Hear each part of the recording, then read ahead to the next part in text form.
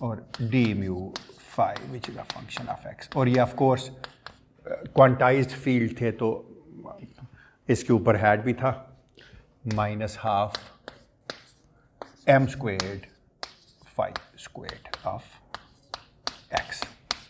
ये लैग्रांजियन था। ये वो लैग्रांजियन था जिससे जब हमने ऑयलर लैग्रांज इक्वेशन फाइंड की थी तो हमारे पास क्लाइन गॉर्डन इक्वेशन बनी थी, जो कि ये थी कि d mu plus m squared phi of x is equal to 0। और ये फाई ऑफ एक्स जो था, अगर ये इस इक्वेशन का सोल्यूशन है तो हमने कहा था कि इसके दो सॉल्यूशंस हो सकते हैं, e to the power iota k x और e to the power minus iota k x. और एक जो मोस्ट जनरल सोल्यूशन होगा वो कॉम्बिनेशन ऑफ द टू है विद द रिलेटिव वेट्स।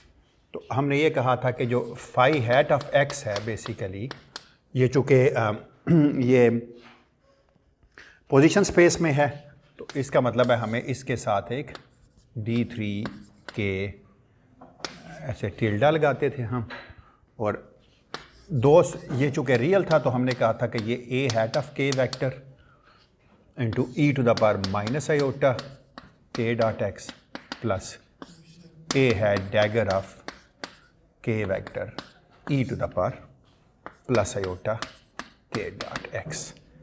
ये चीज़ है। मैंने आपको बताया था कि बुक्स में यहाँ पर वेक्टर लिखा हुआ है क्योंकि ये, लेकिन डजेंट मैटर, जब हम टाइम फिक्स करेंगे तो एनर्जी भी साथ ही फिक्स हो जाएगी। फिर हमने क्या किया था, हमने कहा था कि जो कंजुगेट मोमेंटम है पाई एक्स वो है फाई डॉट हैट या फाई हैट डॉट, जैसे मर्जी पढ़ ले, एक्स के बराबर है। और जो हैमिल्टोनियन डेंसिटी की डेफिनेशन थी वो थी pi phi dot minus the Lagrangian density. और जब हमने इसको लिखा था हैमिल्टोनियन डेंसिटी को तो वो बनी थी 1/2 pi hat squared of x minus delta plus हो गया था ना क्योंकि माइनस एल था, plus delta phi hat of x इसका स्क्वेर्ड, यानी gradient of a phi dot gradient of a phi था, plus m squared phi hat का स्क्वेर्ड। ये आपके पास हैमिल्टोनियन डेंसिटी बन गई थी। और हमने कहा था टोटल हैमिल्टोनियन जो एज है वो इंटेग्रल ऑफ d3 x और हैमिल्टन, जब सारी स्पेस पे वॉल्यूम पे इंटीग्रेट करेंगे तो हमारे पास टोटल एनर्जी आ जाएगी। This is energy per unit volume. जब कंटिन्यूस स्पेस के वॉल्यूम पे इंटीग्रेट करेंगे तो टोटल एनर्जी आ जाएगी। ये हमने लिखा था। फिर हमने हैमिल्टोनियन की एक फॉर्म बनाई थी। हमने कहा था ये सारी टर्म्स इंडिविजुअली कैलकुलेट की थी, उसको पोजीशन के ऊपर इंटीग्रेट किया था, तो हमारे पास जो हैमिल्टोनियन की फॉर्म आई थी वो ये थी कि Hamiltonian was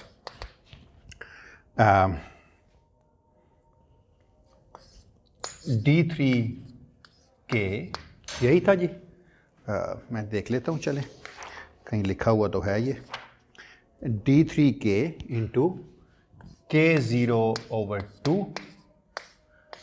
a hat off k vector, a hat dagger of k vector plus a hat dagger of k vector और a ऑफ,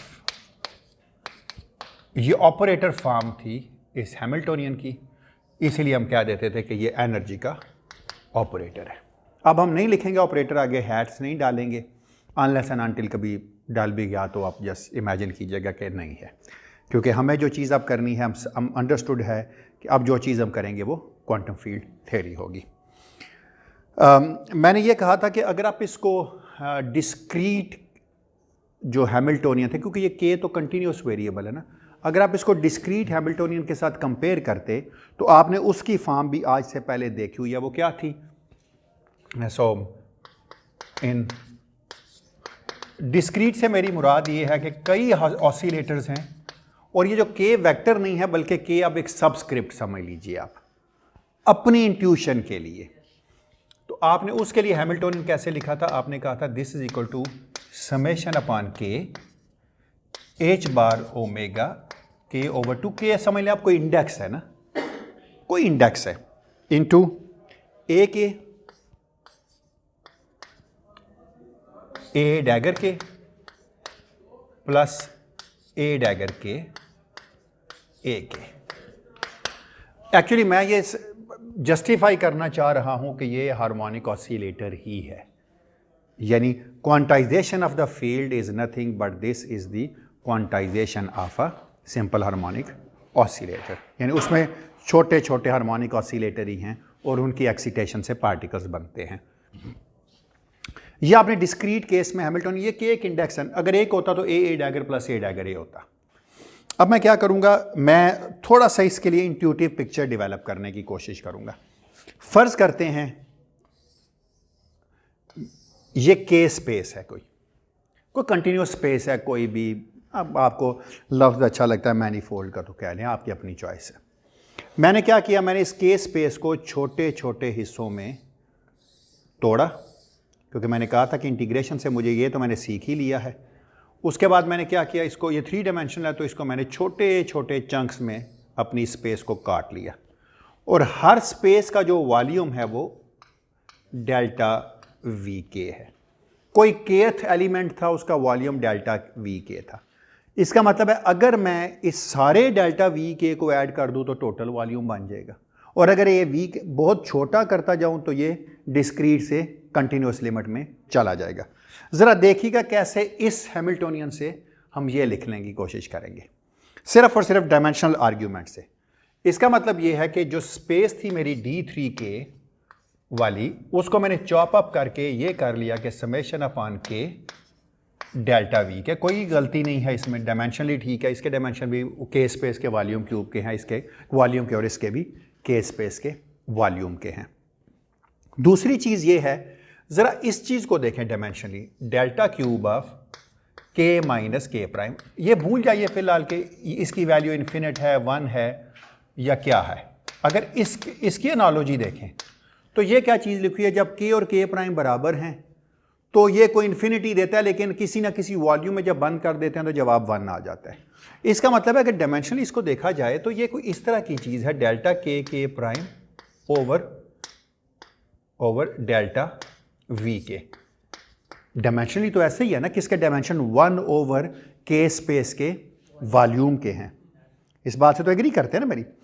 अब मेरा ये क्लेम है कि मैं ए के को भी किसी तरीके से डिफाइन करना चाह रहा हूं, और ए के को मैं ऐसे डिफाइन करना चाह रहा हूं कि मैं कहता हूं कि एक जो के स्पेस का है और एक जो डिस्क्रीट स्पेस का है, उन दोनों के दरमियान में मैं कोई राब्ता बनाना चाहता हूं। ज़रा देखें कैसे मैं बनाऊंगा, ज़रा ये चीज़ देखिएगा।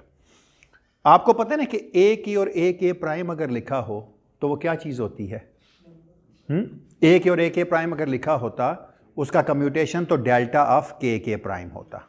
ये बात हमने पढ़ी हुई है ना ये चीज़। तो मैं ये बात आपसे कह रहा हूँ कि अगर मैं ये लिखता ए ऑफ के और ए डैगर, इंडिसेस हैं ये के प्राइम, तो ये किसके बराबर होता? Delta of k prime. Agree करते हैं मेरी इस बात से आप?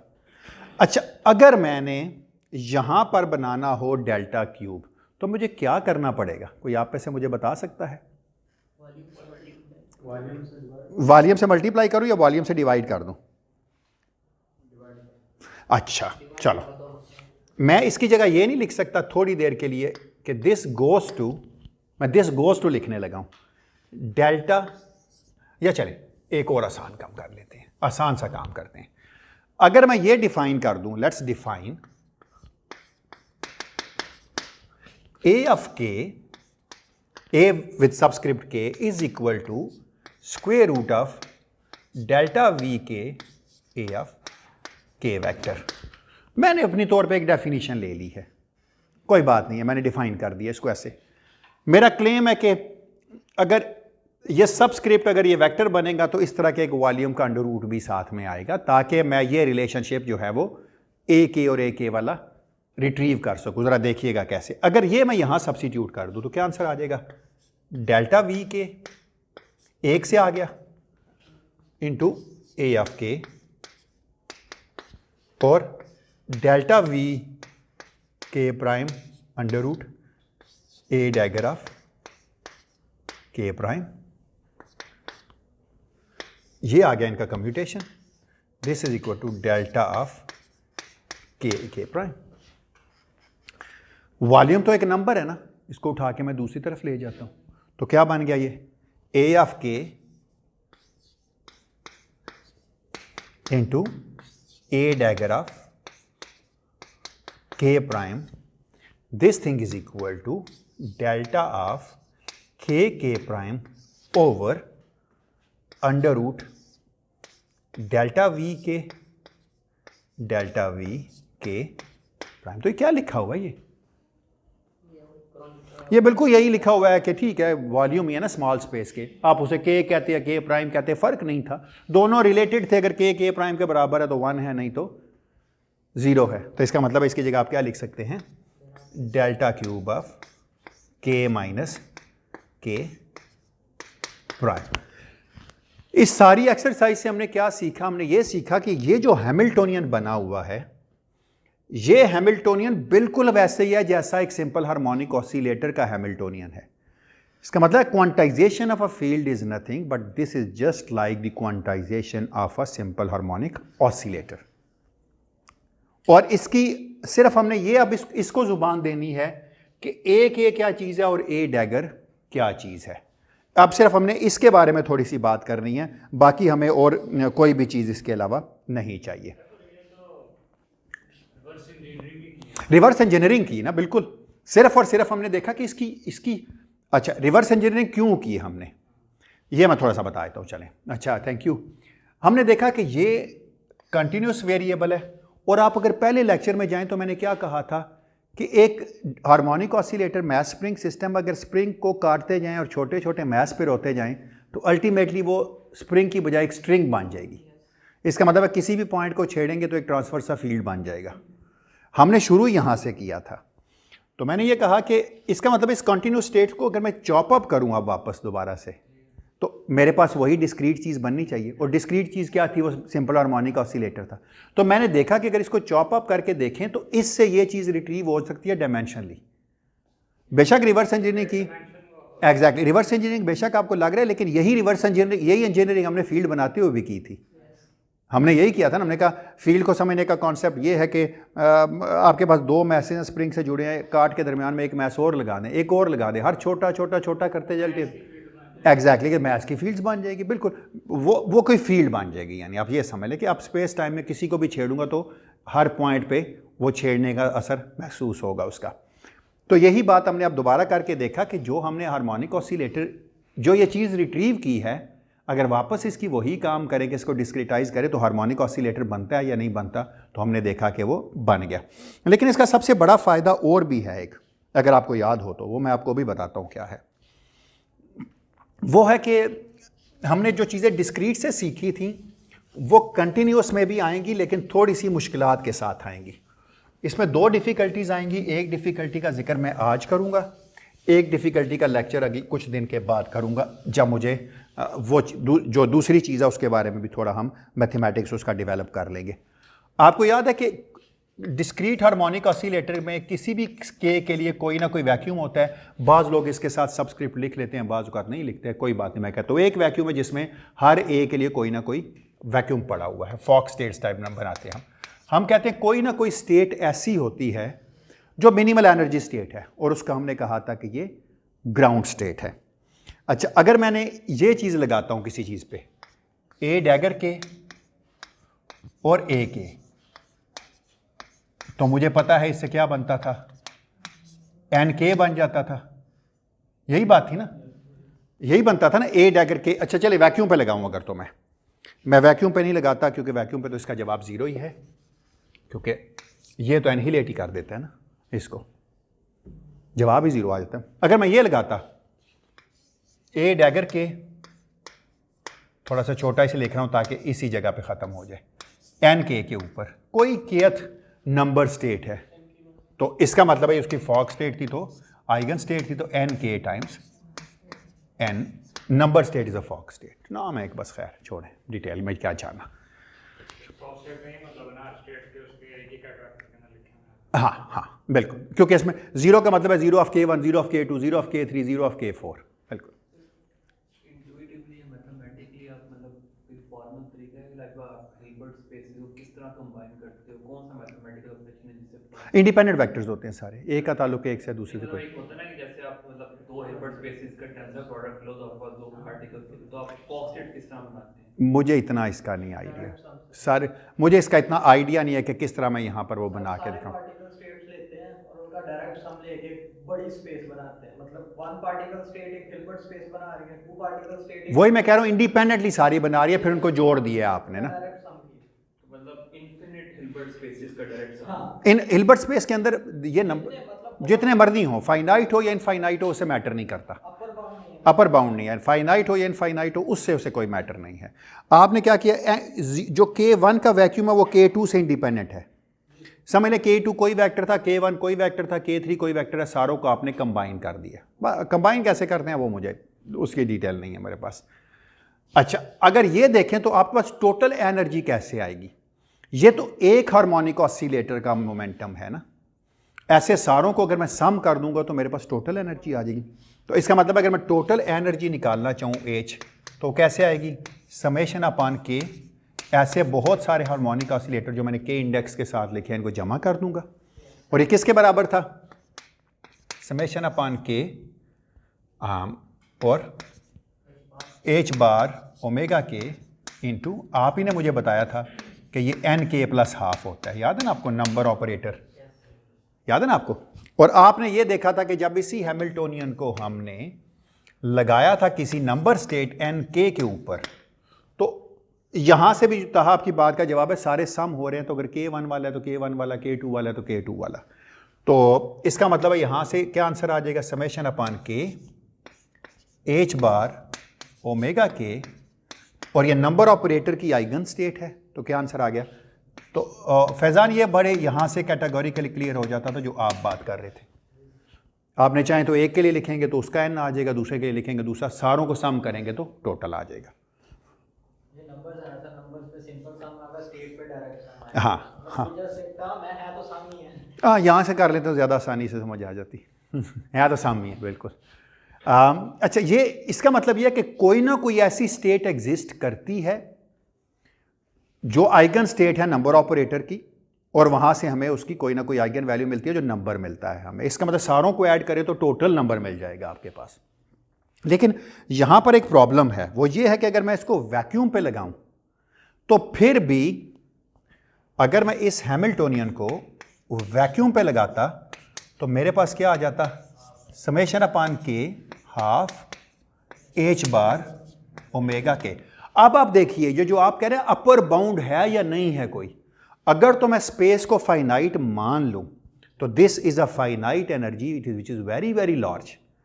अगर मैं स्पेस को अपर बाउंड ना दूं then it is an infinite. इसका मतलब ये है कि ये एक ऐसी क्वांटिटी आ गई जो इस K पे डिपेंड कर रही है। और वैसे तो अगर एवोगैड्रोस वैक्यूम पॉइंट भी हो इतने के 10 to the power 23, then this energy is half H bar omega into 10 to the power 23।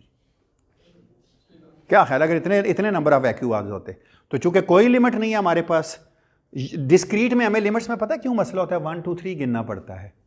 यही चीज़ जब कंटिन्यूस में जाएगी तो ज़्यादा तबाही करेगी। आप देखिएगा ज़रा क्यों। यहाँ तक अगर किसी का कोई क्वेश्चन हो तो प्लीज़ पूछ लें, यहाँ तक अगर कोई सवाल हो। मैं अभी जब कंटिन्यूस में जाऊँगा तो मैं आपको बताऊँगा कि क्या प्रॉब्लम आती है इसमें। सर ऊपर जब आपने ये क्रिएशन और एनालाइजेशन ऑपरेटर्स वैक्यूम स्टेट पे लगाया, जी जी, NK है ये वाला। सर ये इससे ऊपर जी जी जी, मैं देख, जी मैम प्लीज़। पहले एनालाइजेशन लग रहा है उसके ऊपर वैक्यूम के ऊपर, इसके बाद मतलब कोई चेंज नहीं आता, चेंज नहीं आता, स्टेट ही ख़त्म हो जाती है, ज़ीरो आ जाता है। तो सर जब उसके ऊपर दोबारा क्रिएशन लगता है, नहीं, स्टेट ही ख़त्म होगी ना, स्टेट ही तबाह होगी, स्टेट अनहिलेट होगी, स्टेट ही ख़त्म। जब ऐसा ये ज़ीरो में और ज़ीरो स्टेट में बहुत फ़र्क है, अगर इसमें और इसमें बहुत फ़र्क है। इसमें इस पे ये डैगर लग सकता है, ज़ीरो तो ऐसे है जिसके साथ जिसके साथ ज़रब खाता है उसे अपने जैसी कर लेता है। तो ये एक फ़ायदा है। कोई क्वेश्चन यहाँ तक और क्लियर होगी बात?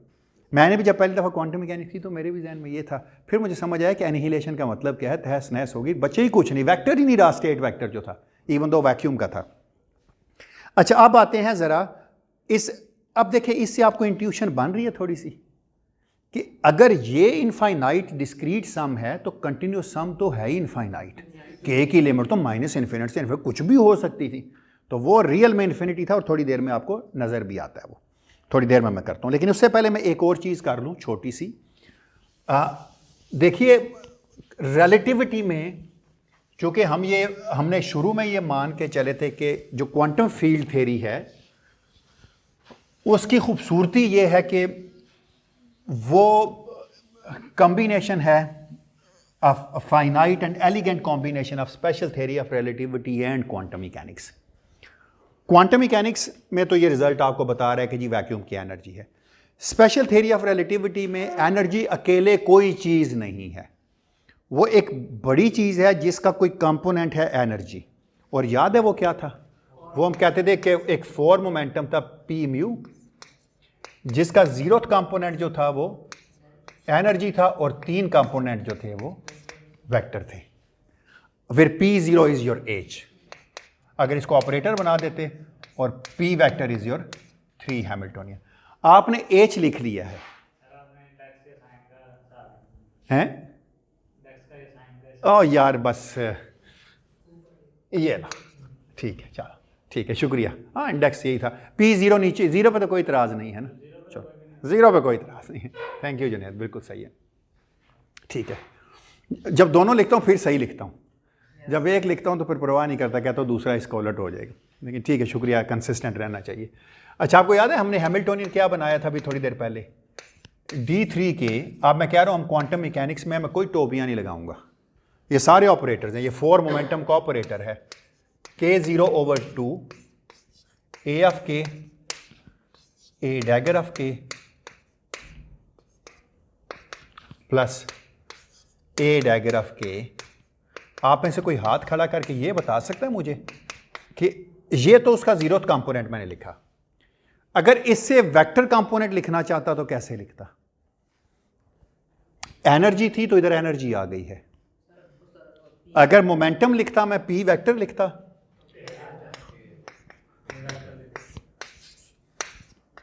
तो यहां पर k वेक्टर ओवर 2 आ जाता, और यहां पर क्या था? a of k vector, a dagger of k vector plus a dagger of k vector और a ऑफ k वेक्टर। तो क्यों ना दरिया को कूजे में बंद करें, एक 4 वेक्टर ही डिफाइन कर लें। तो 4 वेक्टर भी डिफाइन करने का कोई मसला नहीं है, पी म्यू कर सकते हैं हम, क्योंकि अब हमने रेसिपी तो सीख ही ली है ना, डी क्यूब के, और यहां पर मैं क्या करूंगा? के mu over 2 times A of के। तो अब आप ये डेफिनेशन हमेशा याद रखिएगा, ए डैगर ऑफ के। ठीक है भाई, कोई प्रॉब्लम तो नहीं यहां तक? अगर कोई कंसेप्चुअली डिफिकल्टी है तो बताइए। Plus A dagger of k vector, A of k vector. ये जो हमने इतना काम किया ना दरमियान में, ये जस्ट एनालॉजी बनाने के लिए किया है, ताकि अब आपको नंबर ऑपरेटर लिखा यहां भी नजर आए तो कोई ताज्जुब ना हो आपको।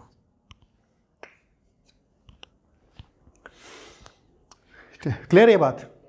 थोड़ी सी हमने चीज़ों को मीनिंग नहीं दी अभी तक।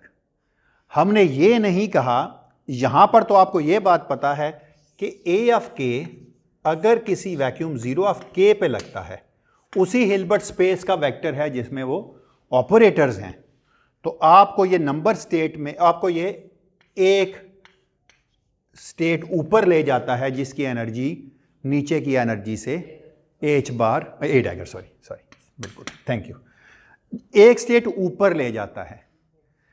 मसला सारा ये कि यहां तो इंडेक्स था ना, चीज इंडेक्स से जानी जाती है। यहां थोड़ा सा काम उलट है, जो हम आजकल पर उलट नहीं बल्कि बिल्कुल ही फर्क है। पहला फर्क यह है कि यहां के कोई चीज नहीं था, इंडेक्स नहीं था, बल्कि एक ऐसी चीज थी जिसका जब आपने स्क्वायर लिया था तो एक फिजिकल चीज बनी थी जो मास ऑफ द पार्टिकल था। क्यों? ये वही मास था जो क्लाइन गॉर्डन इक्वेशन में आता था।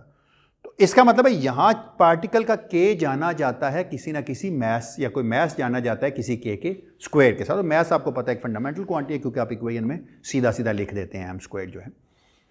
अच्छा, इसका मतलब यह है कि मुझे अब ए को भी तो कोई ज़बान देनी है ना। तो मैं अगर बिल्कुल इसी एनालॉजी को लेके चलूं और मैं ये कहूं कि कोई ना कोई ऐसी स्टेट है जिसको ए के वेक्टर भी एनहिलेट कर देता है, और कोई ऐसी चीज है ए डैगर ऑफ के वेक्टर, अगर वो वैक्यूम पे लगता है तो वहां से एक के वेक्टर पैदा करता है। जैसा यहां से 1 इंडेक्स के पैदा करता था ना, यहां से के वेक्टर पैदा करता है। जरा थोड़ी देर ठहरिएगा, ठीक है। बिल्कुल इसके साथ एनालॉजी है। सिर्फ एक चीज मैं अभी करूंगा,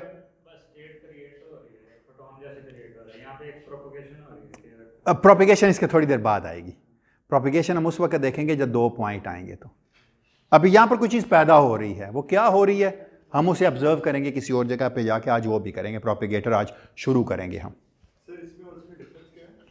इसमें तो ये एक स्टेट है ना, ये डिस्क्रीट स्टेट में क्या करता था, डिस्क्रीट स्टेट के अंदर आप जब स्टेट पे लगाते थे तो ये 0 ऑफ के से उसी के 1 ऑफ के पे ले जाता था आपको ए डैगर ऑफ के, 1 ऑफ के से 2 के पे ले जाता था।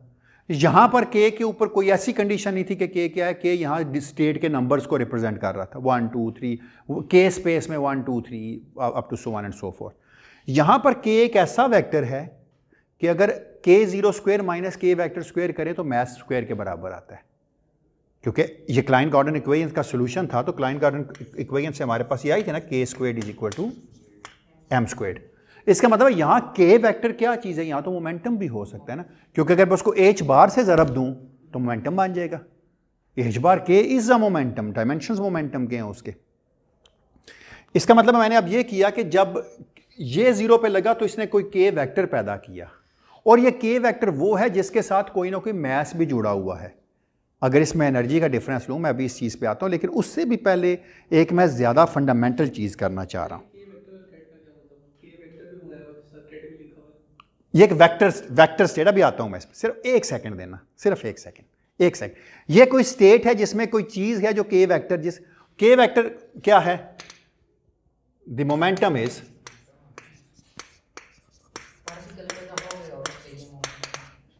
इज एच बार के वेक्टर। आपको याद है जब आप ऑर्डिनरी मैकेनिक्स पढ़ते थे, क्वांटम मैकेनिक्स, तो आप क्या कहते थे, आप कहते थे पोजीशन स्पेस के अंदर, पोजीशन के जो हिल्बर्ट स्पेस के वेक्टर्स हैं वो उसकी आइगन स्टेट है। ये क्या होते थे फिर? और आप कहते थे मोमेंटम स्पेस के अंदर जो मोमेंटम हैं वो मोमेंटम के आइगन फंक्शंस हैं। यहां पर कभी क्यों एतराज नहीं किया था कि पी वेक्टर क्या है?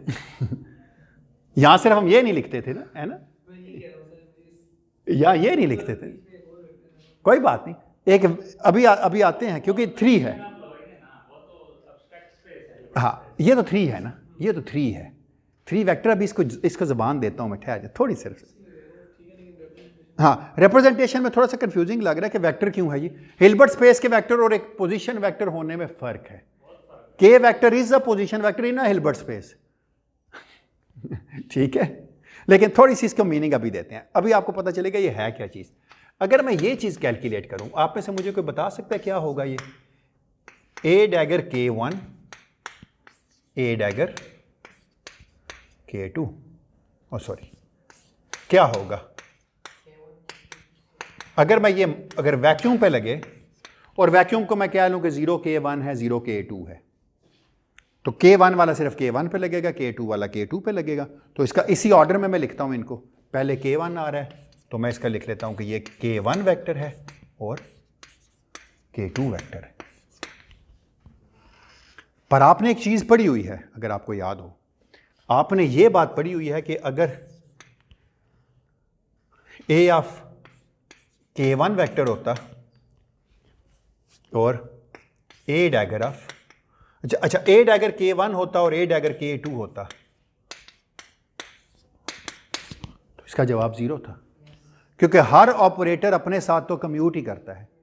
इसका मतलब यह है कि मैं K1 K2 जो ये लिखा हुआ है 1/√2 A dagger K1, A dagger K2 ये लिखा हुआ है ना ये वाला, अगर ये आपस में कम्यूट करते तो मैं इनकी जगह बदल सकता हूं ना। इसका मतलब है ये उतना ही ठीक है जितना ये है, 1/√2 ए डैगर K2 ए डैगर K1 एक्टेड अपॉन 0। ठीक लिखा हुआ है।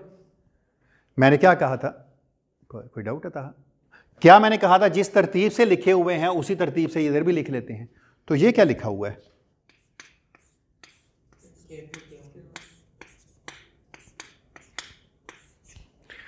अच्छा, अब आते हैं, इसको जबान देते हैं। हमने ये कहा था कि अगर किसी चीज के साथ को मोमेंटम एसोसिएट है तो वो पार्टिकल है।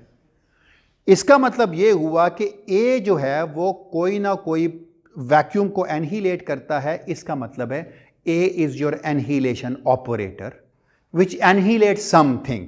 वो एनहीलेट क्या करता है अभी बताते हैं, लेकिन पहले अब क्रिएट वाले को जबान देते हैं। हम कहते हैं कि ए डैगर वैक्यूम से कोई चीज स्टेट क्रिएट करता है जिसका मोमेंटम h बार k है, तो वो क्या हो सकता है? पार्टिकल। इसका मतलब है ए डैगर के वैक्यूम से कोई पार्टिकल क्रिएट करता है जो क्रिएट होने के बाद जिसका मोमेंटम h बार k है। अब समझ आती है कि क्वांटम फील्ड थ्योरी में ए और ए डैगर को एनहीलेशन या क्रिएशन ऑपरेटर कहना क्यों जरूरी है। Now you can create a particle. कैसा particle? Which has a momentum. और मोमेंटम है तो स्पेस में ट्रांसलेशन मौजूद है उसके पास, इधर भी हो सकता जाएगा, उधर भी जाएगा, उधर भी चलता जाएगा, इसलिए कि ये वेक्टर आया था, प्रोपिगेशन वेक्टर है ये। अच्छा, दूसरी चीज उससे भी ज्यादा जबरदस्त जो आपने मुझसे पूछनी चाहिए थी कि के वेक्टर किस चीज का? एक पार्टिकल पैदा होगा जिसका मैस m होगा। क्यों? क्योंकि क्लाइन गॉर्डन इक्वेशन के अंदर मैस मौजूद था आपके पास। याद है ना आपको, जब आपने लैग्रांजियन लिखा था तो मैसिव फील्ड लिखा था आपने, तो उसका मैस अगर m है तो इसका मतलब है उसका, इट मीन्स ए डैगर के creates a particle of mass m and momentum h बार के। अगर h बार को 1 कह दें तो मोमेंटम k। एक चीज, ये चीज क्या करती है, सॉरी इधर भी वेक्टर डाल लेने दे मुझे, इधर नहीं डाले मैंने, हाँ डाले हुए। ये चीज क्या करती है? ये दो पार्टिकल्स क्रिएट करती है जिसका मोमेंटम k1 है और दूसरे का मोमेंटम k2 है, लेकिन ये बराबर है कि पहले k2 क्रिएट हो बाद में k1 हो। ये स्टैटिस्टिक्स में बड़ा इंपॉर्टेंट फिनोमेना है। अगर दो पार्टिकल्स को चेंज करें और साइन चेंज ना हो तो वो कौन सी चीज है?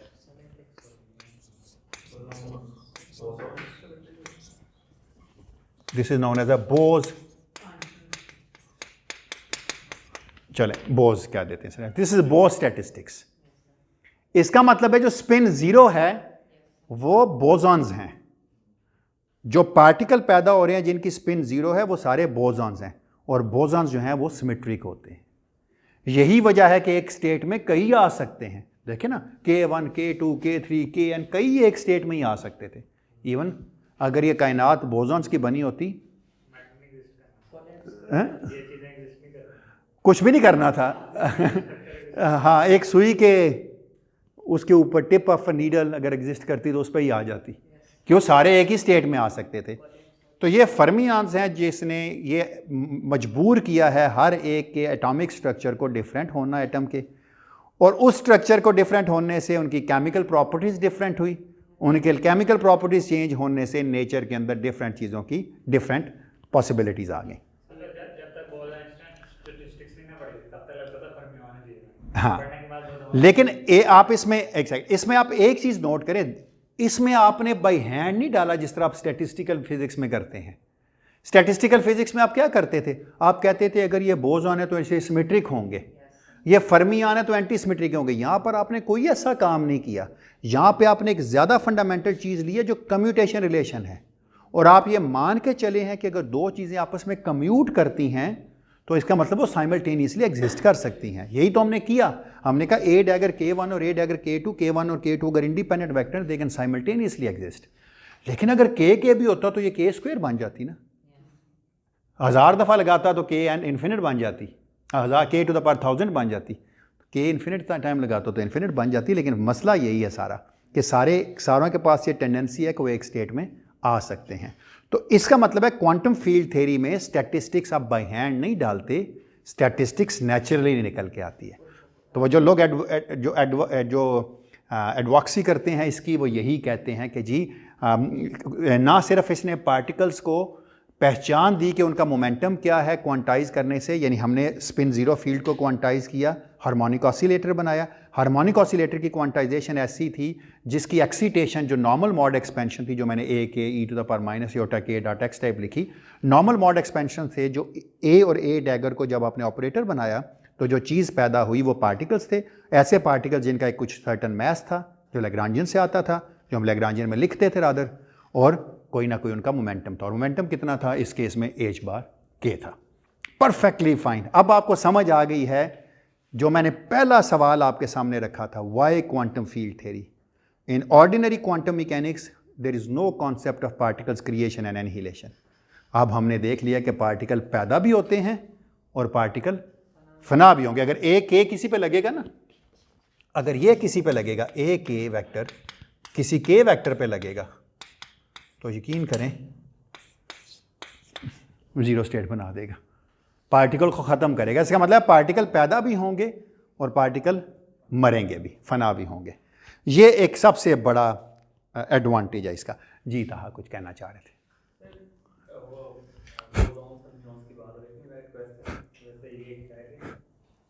इस चीज़ का कोई डिस्टिंक्शन, क्या डिस्टिंक्शन करते हैं कि नहीं मैटर जो है वो साथ करनी हो, मेरे फोर्स का ये बोलूँ भी हो इसके अलावा? बिल्कुल बिल्कुल सब करता है। जब आप फंडामेंटल लेवल के ऊपर सिमेट्रीज डालते हैं, आप कहते हैं फर्मियन फील्ड को हम चेंज करते हैं, वो भी तो इस कोर्स में तो नहीं होगा। हम कहते हैं फर्मियन फील्ड को यहाँ हमें पता था, हम ये देखना चाह रहे हैं कि किसी दूसरे कमरे में कैसा बिहेव कर रहा था, तो आपने चेंज फर्मियन फील्ड को किया था, पर आपको वो चेंज कंपेंसेट करने के लिए एक ऐसा फील्ड डालना पड़ा था जो फर्मियन को तो नहीं छेड़ता था और वो बोसॉन था।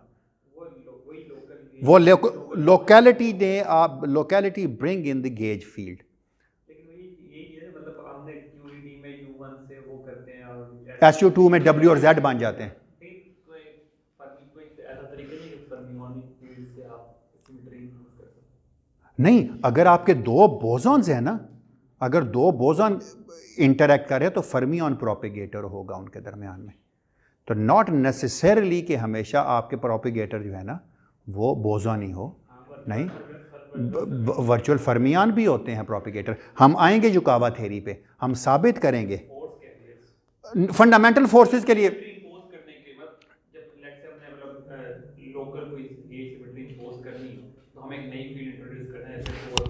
बिल्कुल बिल्कुल।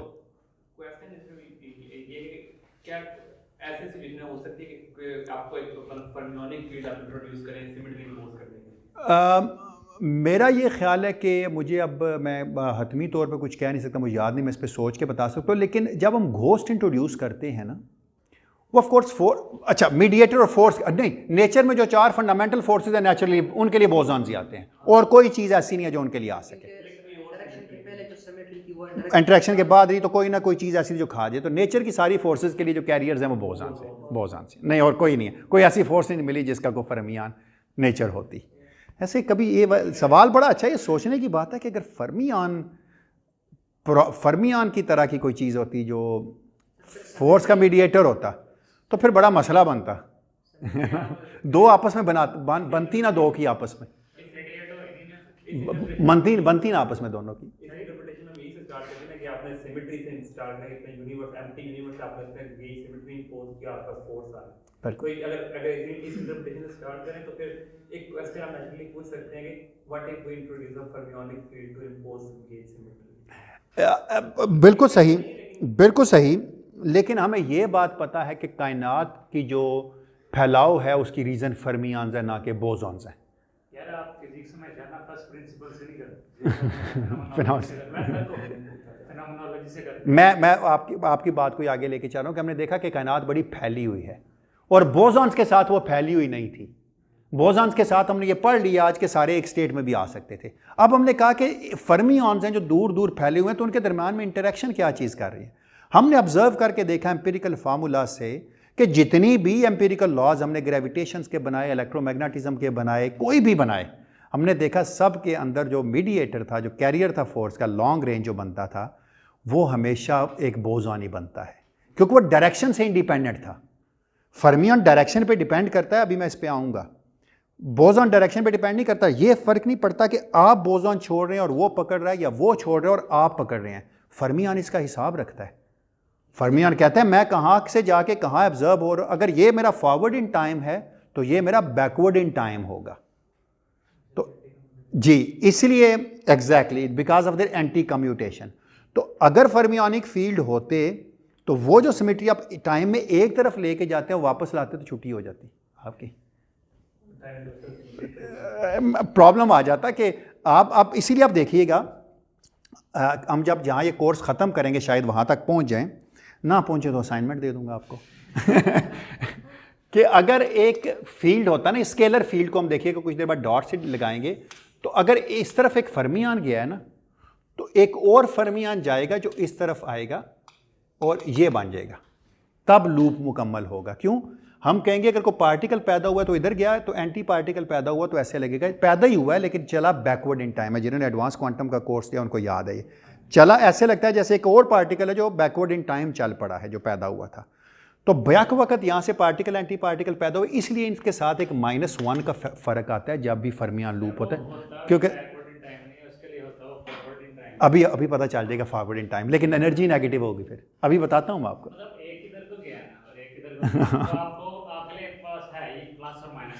हमें लाइट कौन का मसला था ना, हम जहाँ पर देखते हैं, ये हम डिबेट कहीं और चली जाएगी, हम जहाँ देखते हैं वो हमारा प्रेजेंट होता है, जो इधर उसको हम फॉरवर्ड कहते हैं, इधर को हम बैकवर्ड कहते हैं, ये हमारा मसला है क्या ख्याल है? अगर कोई इधर मुंह करके खड़ा हो जाए तो उसका ये फॉरवर्ड होगा, वो बैकवर्ड होगा। लेकिन मसला है कि जब भी कहीं दरमियान में खड़ा होगा तो एक फॉरवर्ड और एक बैकवर्ड तो ज़रूरी होगा चलें गट, ये यहाँ तक कोई सवाल तो नहीं किसी का? समझ आ गई जी? तो अगर कोई पूछता है क्वांटम फील्ड थ्योरी का फ़ायदा क्या है, तो आपने कहना है कि स्टैटिस्टिक्स बड़ी नेचुरली आ जाती है, जो हमें वैसे नहीं पता चलती। वैसे तो हम पढ़ते रहते हैं। ये आपको फर्स्ट प्रिंसिपल से बताती है why bosons obey the Bose statistics, commutator की वजह से। एग्जैक्टली। अभी फर्मियन के लिए भी ये करेंगे कुछ लेक्चर्स के बाद, लेकिन अभी जान बख्शी नहीं हुई।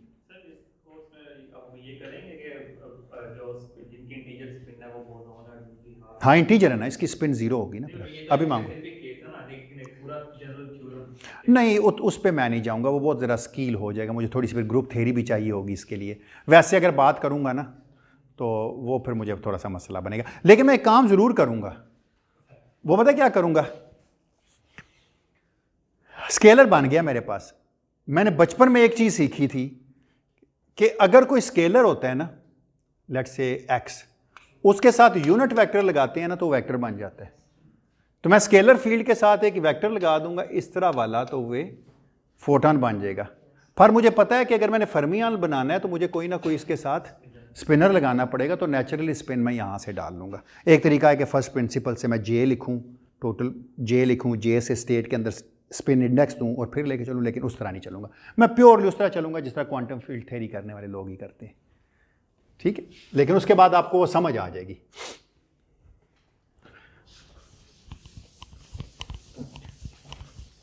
कल मेरी मंसूर साहब से बात हुई थी तो मैंने उनसे कहा था, मुझे कह रहे थे आप ग्रुप थ्योरी का प्लीज़ वो कभी पोर्शन अगर आपको मिले टाइम तो ज़रूर पढ़ाएं जो QCD के लिए चाहिए होता है। बहुत सारी टेट्राक्वार्क पेंटाक्वार्क स्टेट जिस तरह बनती हैं वो वाला। तो मैंने कहा चलो मैं देखता हूँ नेक्स्ट टर्म में शायद फिर पढ़ा दूँ, क्योंकि QCD में ही तो ये रूहानी जो है ये बड़ा एक्सपर्ट है कलर फ्लोइंग डायग्राम्स वगैरह का अच्छा, उसने बगैर ख़त्म के ही आमीन कहे थी तो इरादा मेरा बन रहा है कि देखते हैं अगर वक्त मिला तो पढ़ा दूंगा।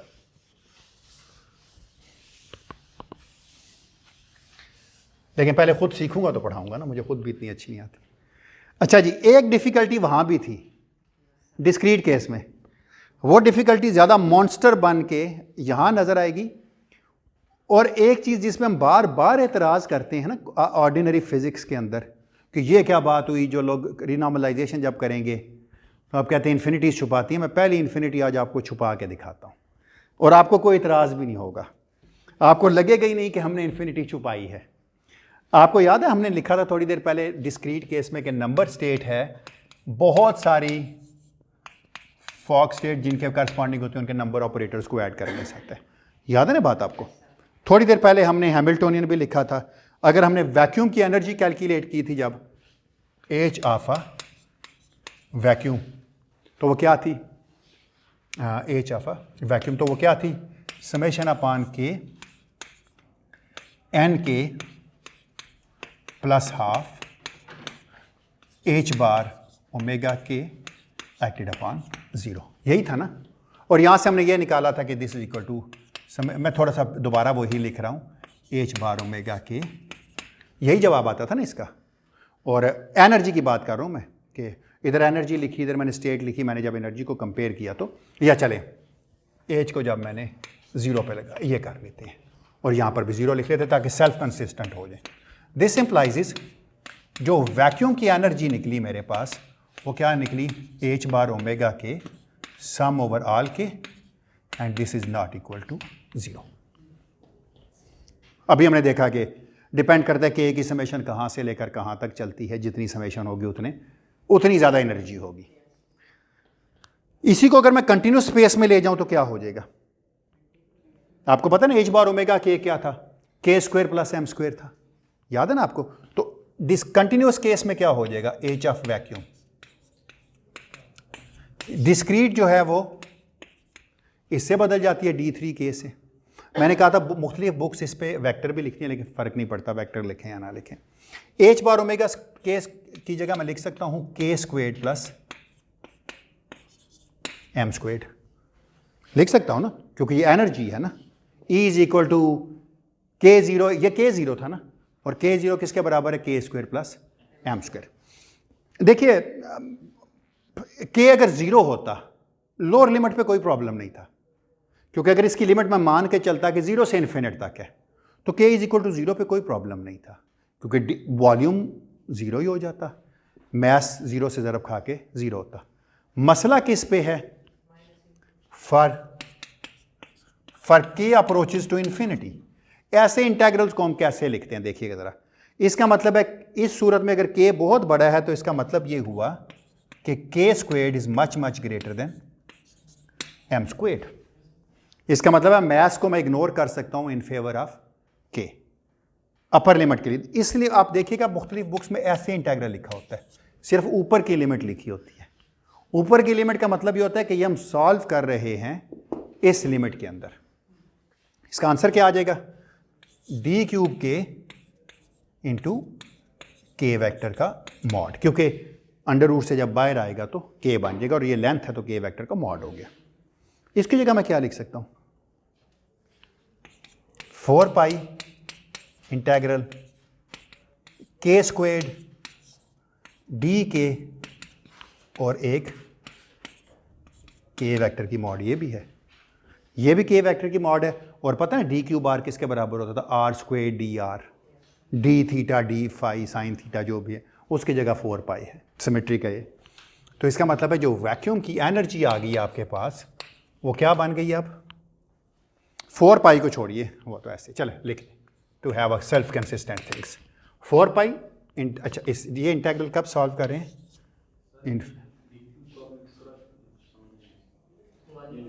अच्छा ये जो है डी क्यूब आर किसके इक्वल होता है? R square d r d omega.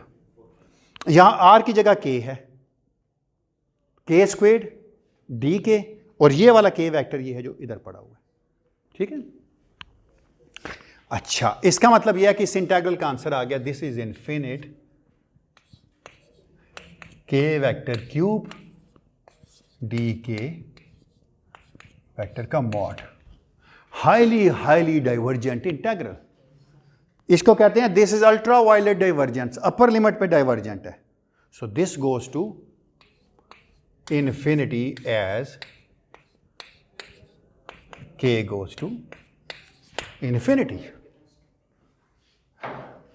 ये एक बहुत बड़ा मसला है। This is my first difficulty, पहली डिफिकल्टी। लेकिन यहां इतनी बड़ी नहीं लगी थी हमें।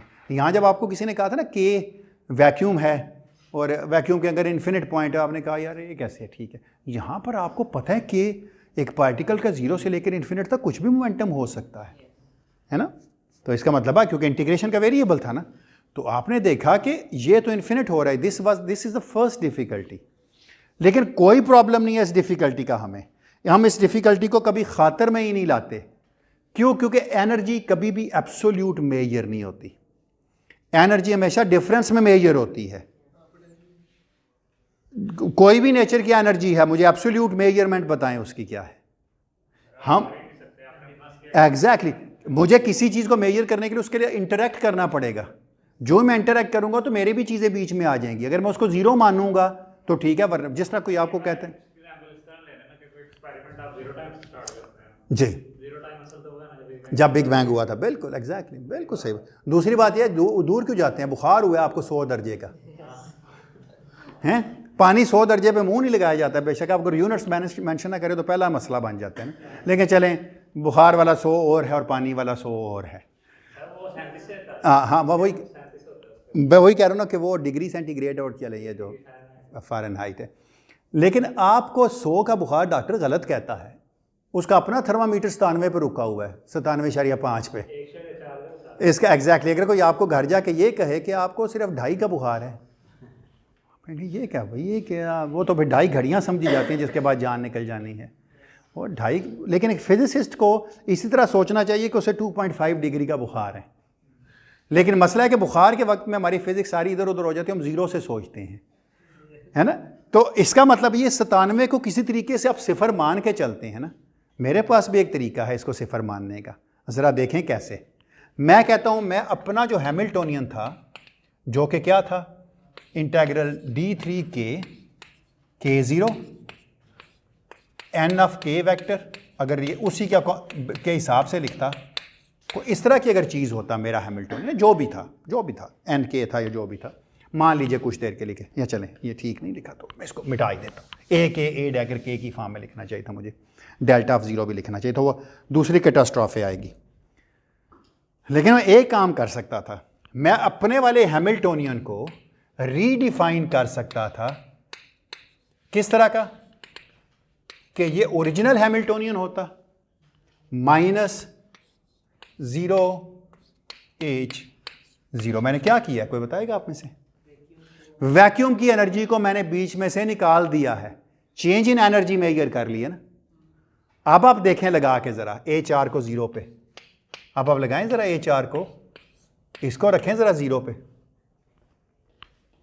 क्या बात जवाब आएगा कौन बताए? बल्कि इसको देख लें, बल्कि ये देख लें क्या जवाब आएगा। 0h0 माइनस, ये तो नंबर है ना, ये तो नंबर था, ये तो उसी तरह रह जाएगा। मसला हल हो गया आपका। अब आपके पास वैक्यूम की एनर्जी 0 है। क्या आपने किया? आपने अपने जो हैमिल्टोनियन था उसको इस तरह रीडिफाइन किया कि उसमें जो इन्फिनिटी थी उसको सब्ट्रैक्ट आउट कर दिया। क्या अजीब सी बात है ना, आर्टिफिशियल। क्यों? आपको लग रहा था इन्फिनिटी है, आप इसको मेजर ही नहीं, जब किसी चीज़ को मेजर करते हैं तो पता चलता है ना फाइनाइट है या इनफाइनाइट है। नहीं पता चला, मैथमेटिकली पता चला है इतनी, एग्जैक्टली मैथमेटिकली पता चला है ना। इतनी एनर्जी तो कभी भी नहीं थी ना, ये तो मैथमेटिकली आपका, ये तो मैथमेटिकल कैटास्ट्रॉफे था। अभी एक और आएगा कैटास्ट्रॉफे, मैं आपको मिसाल देता हूँ इसकी। आगे जाके एक और बड़ी इन्फिनिटी आएगी आपके लिए, वो वॉल्यूम की होगी। हाँ पता नहीं है या नहीं है, हमें तो पता ही नहीं, हम मेजर ही नहीं कर सकते ना। इसे ये कहना अधूरी बात है कि वैक्यूम की एनर्जी इतनी है ही नहीं, जितनी भी है हम मेजर नहीं कर सकते। किसको? वैसे जुनैद की बात तो कह रहा हूँ कि अगर वो ठीक है नहीं, वो तो जो भी फैक्ट है, लेकिन इसको मैं आगे कंटिन्यू नहीं कर सकता। मैं ये कह रहा हूँ कि इस रीजनिंग में फ्लॉ है। वैसे मैं बात कर रहा हूँ कि इन्फिनिटी को जब हम नहीं कोई फ्लॉ नहीं है। हम कहते हैं हम चेंज मेजर कर रहे हैं, हम चेंज मेजर कर रहे हैं। मैथमेटिकली हमने थ्योरी को कंसिस्टेंट किया है। मैं उसकी मिसाल देता हूं आपको। आपने 2 लाइंस थी, मैग्नेटिक फील्ड लाइंस, 2 लाइंस थी जिनमें से करंट चल रहा था अपोजिट डायरेक्शन में। हाँ एग्जैक्टली। तो उन्होंने, आपको लगता था उन्होंने अट्रैक्ट किया, उनके दरमियान में एक फोर्स है। अगर लाइन की लेंथ इन्फिनिट होती थी, फोर्स कितनी निकलती थी? तो आप कैसे फाइनाइट करते थे? पर आपने पर आपने एक और बहुत बड़ी गलती कर दी, जो ही आपने पर यूनिट लेंथ निकाली आपने ट्रांसलेशनल सिमेट्री लूज कर दी है, लूज कर दिया ट्रांसलेशनल सिमेट्री। आपने लेंथ फाइनाइट की पहले, तो वो ट्रांसलेशनल सिमेट्री नहीं वो इसलिए थी कि डिवाइड हो रही थी, हमें इसलिए महसूस नहीं हुआ।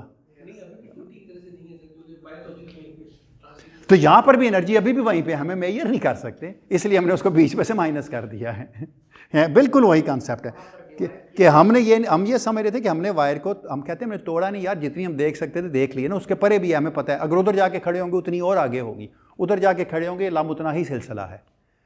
यहाँ पर भी ये है कि जो चीज़ आप मेजर नहीं कर सकते किसी तरीके से आपने उसको अंडर द रग डाल दिया है। ये अब रीनॉर्मलाइजेशन में ऐसा ही काम करेंगे, बार बार हम कहेंगे ये इन्फिनिटी है, चूंकि ये मेजरेबल नहीं है इसको उठा के अंडर द रग डाल दें। नहीं ये फाइनाइट माइनस इन्फिनिटी है। ये एक नंबर है ना, ये एक नंबर है। नहीं ना, ये जो भी वैल्यू है, ये जो भी वैल्यू है, वैल्यू निकालने के बगैर भी कट जाती है। वैल्यू निकाल के नहीं काट रहे ना, वैल्यू निकाले बगैर भी कट सकती है। हाँ बस बिल्कुल एग्जैक्टली, हमारी मजबूरी थी, अब मैथमेटिकली कंसिस्टेंट भी तो करना है ना चीज़ों को, तो इसमें कोई प्रॉब्लम नहीं है। अच्छा, इसी तरह हम हैमिल्टोनियन भी डिफाइन कर लेंगे और मोमेंटम भी डिफाइन कर लेंगे।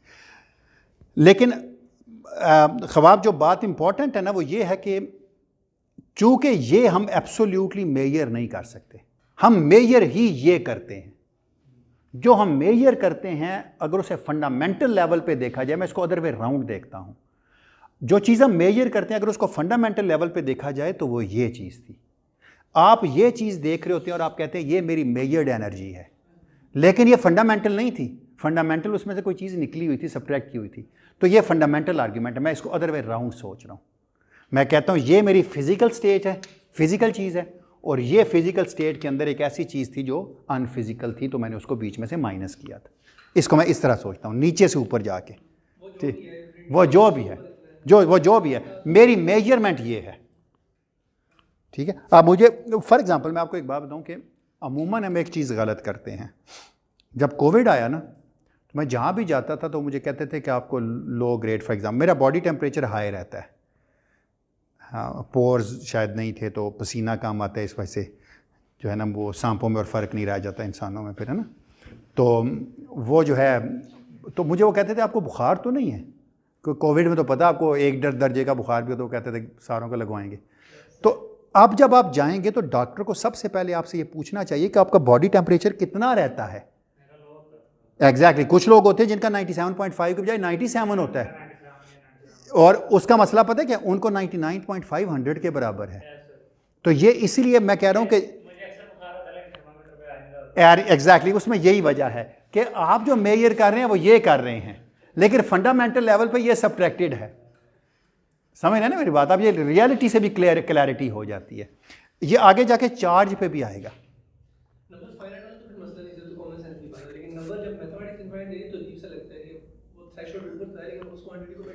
हाँ, उसको आप इन्हें इन्फिनिट मोमेंटम क्या चीज़ होती है।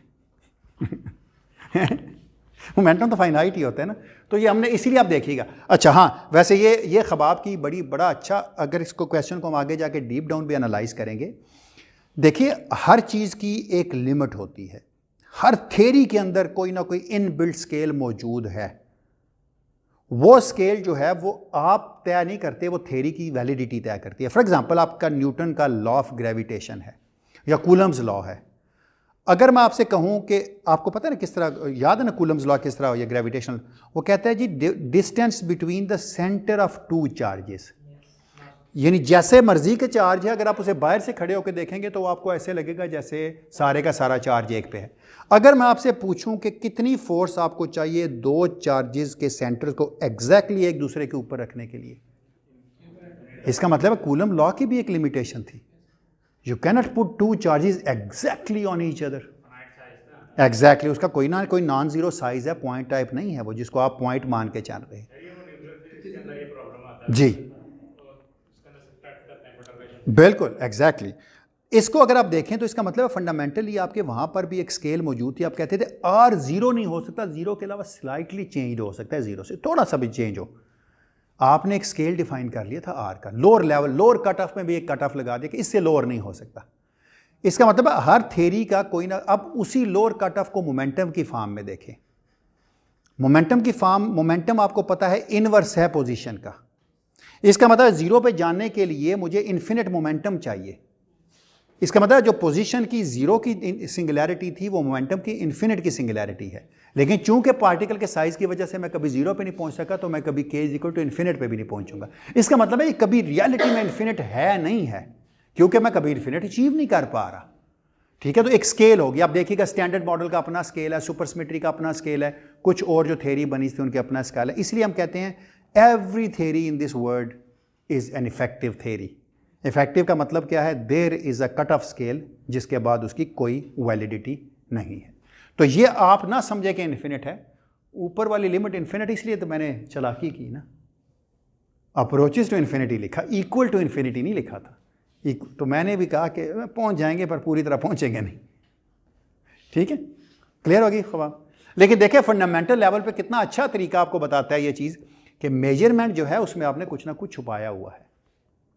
ठीक है, क्लियर है, यहाँ तक कोई सवाल तो नहीं। अब एक और चीज़ करते हैं इससे जुड़ी हुई। अभी एक और सिंगुलैरिटी आगे भी आएगी जो मैंने पहले नंबर ऑपरेटर की फॉर्म में लिख के मिटा दिया था ना, वो भी आएगी। वो भी इसलिए मैंने मिटा दिया था कि आगे लेक्चर्स में जाके करूँगा। कोई सवाल अगर प्लीज़ किसी और का भी हो तो। क्यों भाई, आपका कोई सवाल, कोई कन्फ्यूजन? अभी तक कोई सवाल नहीं। Very good.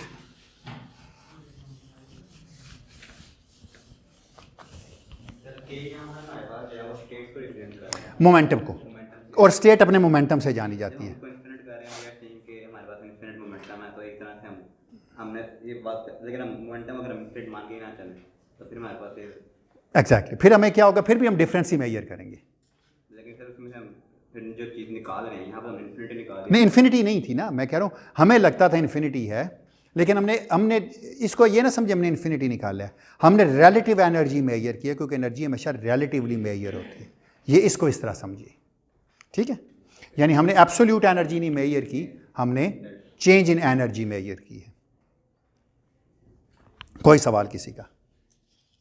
और इसका मतलब है मैं फोर मोमेंटम पी म्यू भी लिख सकता हूँ, p mu goes to p mu prime या पी म्यू आर, और वो भी इसी तरह सारे। जो वैक्यूम एनर्जी है वो मतलब ब्लो होती हुई नजर आ रही है, जो उससे ऊपर वाली होगी वो उसमें भी वो ब्लो वाली टर्म ऐड होगी, और उसमें एक क्वांटिटी छोटी सी जो मैं ये करूँ वो ऊपर वाली भी आ जाएगी। तो हालांकि मुझे लग रहा है कि दोनों ब्लो कर रही है, लेकिन मैं दोनों को काट सकता हूँ, क्योंकि हर जितना मैं इस के पर डालूंगा उतना मुझे उस के को भी लेके आना पड़ेगा। तो पूरे आर्गुमेंट में जब मैं लिमिट में जा रहा हूँ तो वो इक्वल है। हाँ, मैंने इसलिए तो कहा डिफरेंस मेजर कर रहे हैं ना, एक है 0.1, एक है 1.1, डिफरेंस 1 का ही है। हाँ, वो आप दिल को दिलासा देने वाली बात है लेकिन है वही चीज़ है। कहते हैं दिल के बहलाने को गालिब ये ख्याल अच्छा है। चलो अच्छा, एक सवाल का मुझे जवाब दीजिए। है ही हमने, मतलब वो हर बंदा अपने आप को सेटिस्फाई कर रहा है कि अच्छा इस तरह छुपाया, लेकिन at the end of the day है छुपाया ही हमने। हाँ सही कह रहे हो, at the end of the day nature हम ही ने छुपाया है। हमारी इग्नोरेंस है। एग्जैक्टली हमारी इग्नोरेंस है जो सिंगुलैरिटीज़ को छुपाने वाली है, हमारी इग्नोरेंस है। बिल्कुल सही बात है, बिल्कुल सही। लेकिन क्या करें, नेचर को इतनी इग्नोरेंस पसंद है, अभी तक नेचर ने इस इग्नोरेंस को पसंद किया। एग्जैक्टली नेचर ने कहा कि नहीं अभी कुछ राज रहने दीजिए। ठीक है ना, तो और यही क्यूरियासिटी है, यही साइंस की खूबसूरती है। हमें कोई मसला दरपेश आता है, हम उस मसले का कोई हल ढूंढते हैं। एग्जैक्टली और फिर रीजनिंग ढूंढते हैं, फिर रीज़न बना लेते हैं, फिर उसको गलत करने की कोई और रीज़न ढूंढते हैं।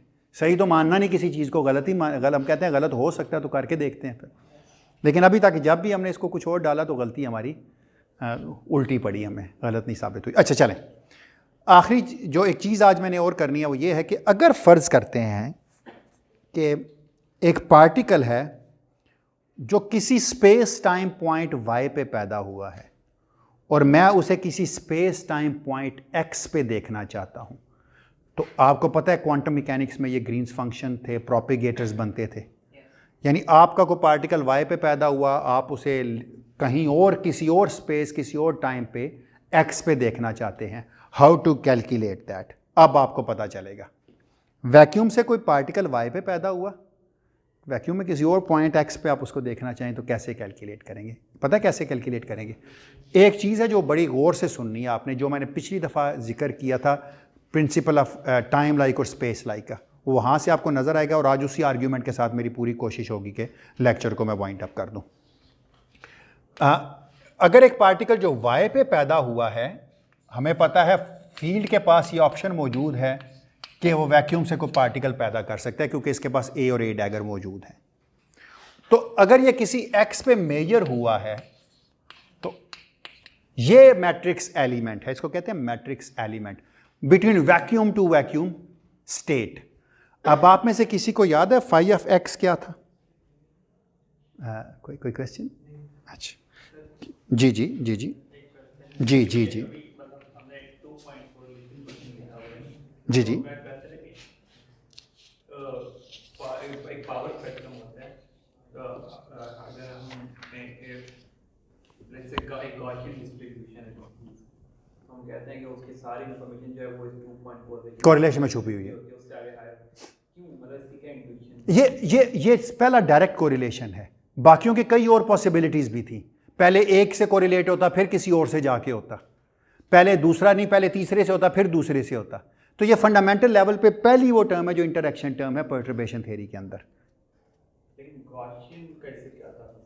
गॉसियन शायद इसलिए लेते हैं कि वो गॉसियन का सबसे बड़ा फ़ायदा ये होता है कि उसका स्प्रेड मिनिमम होता है, अदरवाइज कोई नहीं, अदरवाइज कोई भी चीज़ हो सकती है। गॉसियन फंक्शंस का हमें सबसे बड़ा फ़ायदा है कि उनमें अनसर्टेनिटी मिनिमम होती है, स्प्रेड मिनिमम होता है उनका, और कोई वजह नहीं है, और कोई नहीं है। इसलिए हम क्वांटम फील्ड थ्योरी में कभी भी गॉसियंस की बात नहीं करेंगे। हम आगे जाके देखेंगे, एक दफ़ा गॉसियन बनाएंगे तो देखेंगे वो एक्सपोनेंशियली डिकेइंग हो जाते हैं। एक्चुअली वो इन्फ्लेशन में ये काम करते हैं ना, नॉन गॉसियनिटी जो, हाँ वो तो उसमें ये होता है कि हम गॉसियन डिस्ट्रीब्यूशन से स्टार्ट करते हैं और 2.4 उसके बाद नॉन गॉसियनिटी। बिल्कुल एग्जैक्टली। अब नॉन गॉसियनिटी जो है ना वो आपकी थ्योरी के अंदर आपने शामिल की थी, वो आपने थ्योरी के अंदर शामिल की थी। ये रियल प्रोपिगेशन, ये प्लेन वेव की प्रोपिगेशन है, वो इस तरह की चीज़ नहीं है, वो इस तरह की चीज़ बिल्कुल भी नहीं है।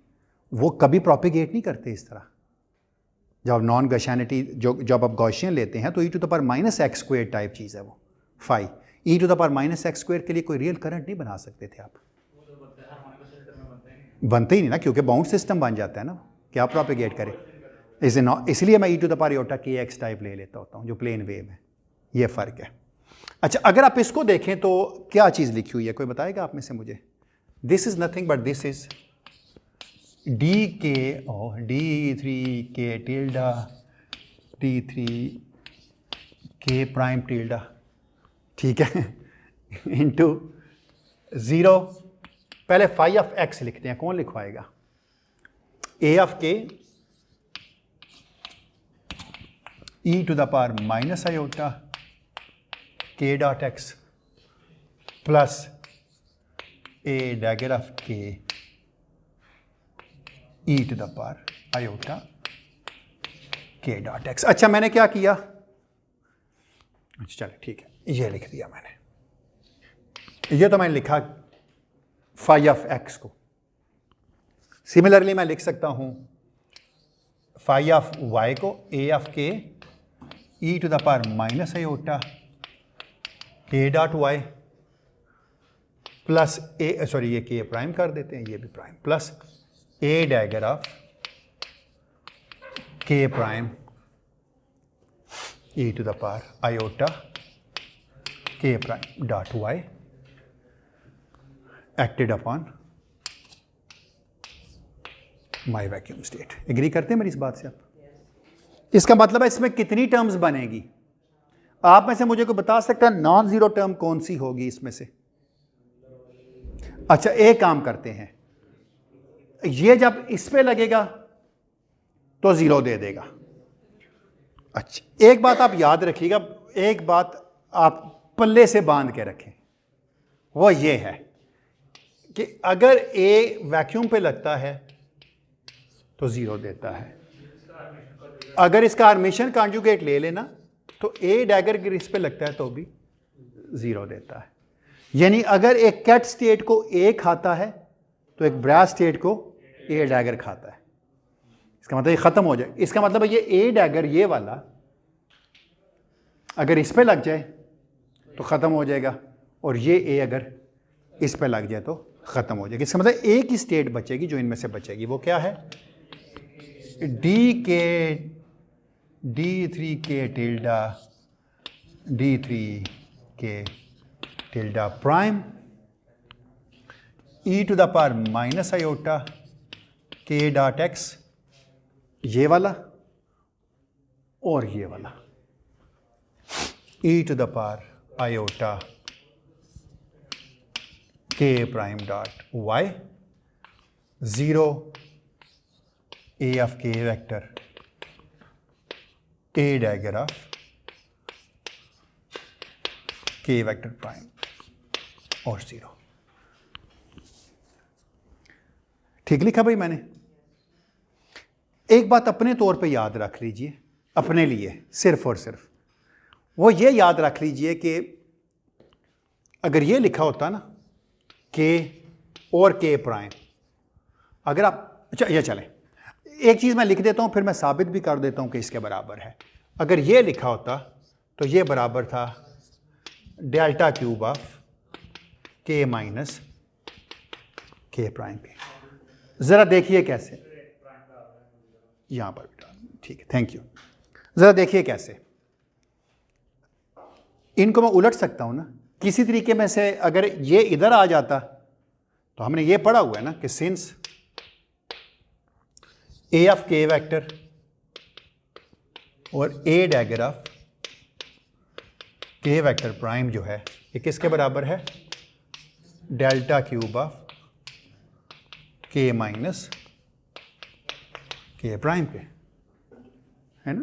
तो इसका मतलब है मैं लिख सकता हूँ इसकी जगह, so this is equal to D3K tilde D3K prime tilde e to the power minus iota k dot x plus iota k prime dot y into, इसकी जगह मैं लिख सकता हूँ 0 और 0 delta cube of k minus k prime. इसको खोल के मैं दूसरी टर्म लिखता हूँ minus 0 a dagger of k prime a of k और 0। कोई गलती तो नहीं की लिखने में भाई? ठीक लिखा है? ये किसके बराबर है? प्लस आएगा, बिल्कुल बिल्कुल सही है, क्योंकि यहाँ कम्यूटेशन में माइनस हो जाएगा। हाँ 0 है तो नहीं, लेकिन चला, हाँ बात तो एक ही है, सही बात है। अच्छा 0 विद 0 इज़ 1, परफेक्टली फाइन है। ये इक्वेशन ये आपको कह रही है कि आप k प्राइम पे इंटीग्रेशन कर सकते हैं और जहाँ पर k प्राइम वेक्टर है उसकी जगह k लिख सकते हैं। लेकिन आपको ये बात नहीं भूलनी कि मैंने आपको बताया था कि अगर इस केस में k वेक्टर और k वेक्टर प्राइम बराबर हो जाएं तो दिस इंप्लाइज उनकी, क्योंकि अगर पार्टिकल्स का मास सेम है और मोमेंटम सेम है तो उनकी एनर्जीज भी सेम होती हैं। इसका मतलब है इसकी जगह मैं फिर क्या लिख सकता हूँ, D3K ओवर 2 पाई क्यूब 2K0, ठीक है ना, into e to the power minus iota k dot x minus y। ये बन गया ना, k प्राइम k के बराबर हो गया तो ये चीज़ आ गई। ये किसके बराबर था? कुछ गलत लिख दी क्या? किसके बराबर था याद है किसी को? इसको हमने डेल्टा या d कहा था, याद है ना। चलो इसको मैं नया नाम दे देता हूँ, let's define it as d of x minus y। ये एक एम्पलीट्यूड है उस पार्टिकल का जो y पे पैदा हुआ और x पे देखा गया। थोड़ा सा इसमें मसला है, देखिएगा क्या, आपने देखा हुआ है, आपको याद है कि क्या मसला है इसमें? है जी, हाँ नॉन लोकेलिटी का याद है ना आपको। अगर स्पेस लाइक इवेंट्स होते थे तो क्या था? हाँ, इफ x माइनस वाई का स्क्वायर जो है वो लेस देन 0 हो, यानी किस तरह के इवेंट्स हों? स्पेस लाइक हों। तो क्या मसला है यहां पर? तो अगर आप d of x minus y को देखें, अगर आप d of x minus y को देखें, अच्छा इससे पहले एक चीज देख लें, अगर ये लेस देन 0 है तो इसका मतलब है कि x माइनस वाई का स्क्वायर जो है वो बराबर है माइनस x माइनस वाई के स्क्वायर के, है ना? इसी के बराबर है ना? क्या ख्याल है? टाइम इक्वल कर लेते हैं ना, टाइम तो हमारे अपने कंट्रोल की चीज़ थी, उसकी किसको परवाह है? इसका मतलब यह है कि अगर मैं दोनों तरफ स्क्वायर रूट लूँ तो इसके अंदर क्या चीज़ बन गई है? ओहो, एक बड़ा प्रॉब्लम बन गया ना। क्या बन गया ये? आयोटा x माइनस वाई का मॉड। क्या मसला फिर बना? अच्छा,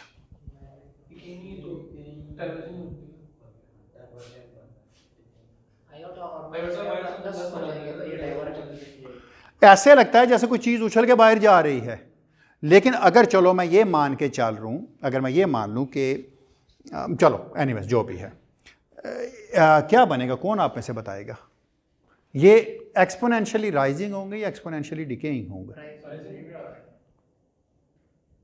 सब कुछ गलत नहीं हो रहा? क्यों भूल रहे हो यार?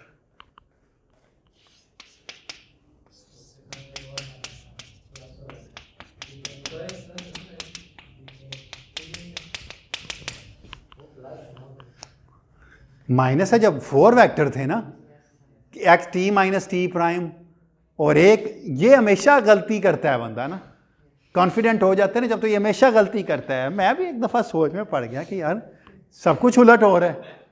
इसका मतलब ये हुआ, आपने इतने कॉन्फिडेंटली मुझे बताया कि मैं मान गया कि इसका मतलब d of x minus y goes as e to the power minus something जो भी है, के वेक्टर का मॉड चलें एक्स, या चले ये कर लेते हैं minus k vector dot x vector minus y vector.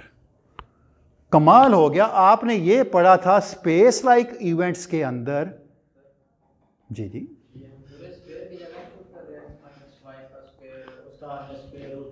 हाँ हाँ, इक्वल टाइम के ऊपर हम कर लेंगे ना 4 वेक्टर। ये लेस देन 0 के लिए पुट कर रहे हैं, आप ये समझ लें, लेस देन 0 के लिए पुट कर रहे हैं।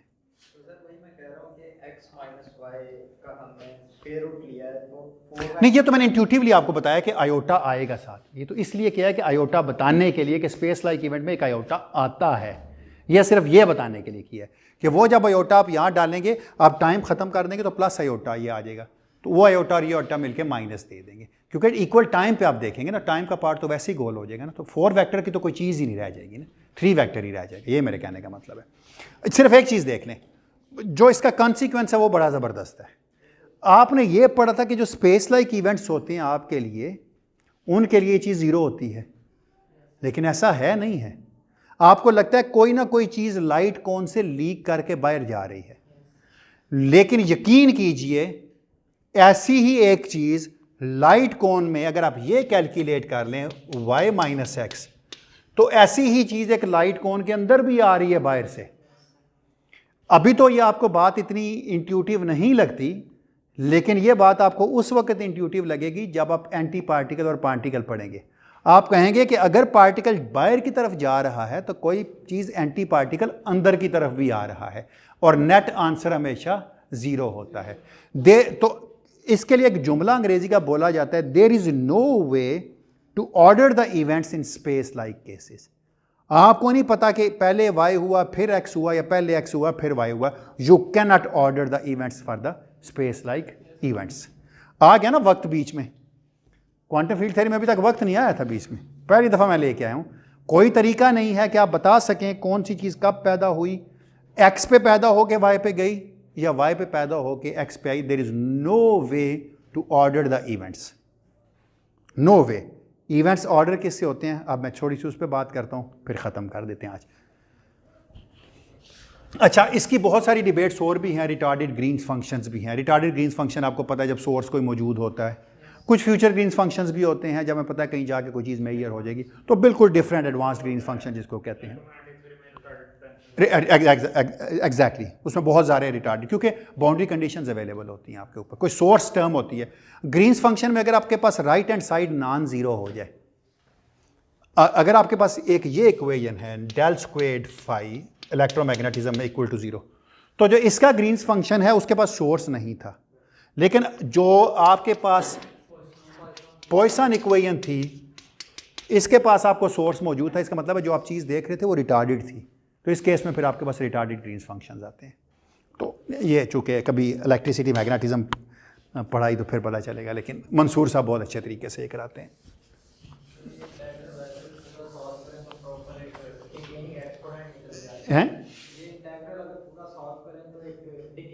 एग्जैक्टली युकावा थ्योरी में भी आएगा, याद है रिलेटिविस्टिक क्वांटम मैकेनिक्स में हमने निकाला था ना वहाँ पे, है ना। हाँ, अच्छा, यही चीज़ अगर जीरो से वैक्यूम पे लेके जाए ना, तो जीरो पे पैदा होती और एक्स पे जाती तो वाई निकल जाता, फिर ज़्यादा आसानी होती।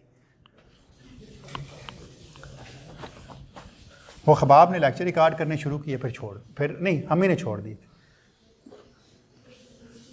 यूनिवर्सिटी बंद हो गई। इस दफ़ा देखते हैं हम ना क्या हो गए।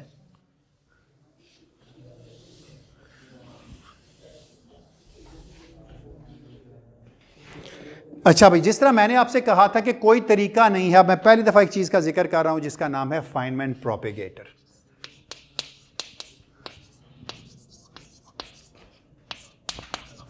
फाइनमैन के नाम में एक एन आता है ना, एक ही आता है ना, एक आता है। गैलमान सुपरवाइजर तो उसमें दो हैं, नहीं एंड पे, गैलमान में एंड पे ही दो आते हैं। गैलमान में सुपरवाइजर था तो एंड पे ही दो आते हैं, तो मैंने कहा बड़ा था तो दो एन आते हैं।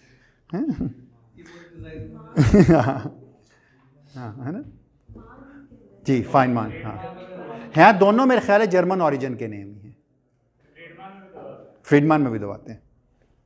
तो फाइनमैन प्रोपेगेटर जो है, अब हमने ऐसी अभी भी प्रोपेगेटर ही आपने पढ़ा, एक चीज़ वाई पे पैदा हुई एक्स पे देखी, वो इलादा बात है, तसल्ली नहीं हुई, आपने कहा एक्स पे पैदा होकर वाई पे भी जाएगी। इस ऐसे फिनोमेना को कहते हैं माइक्रो कॉजेलिटी।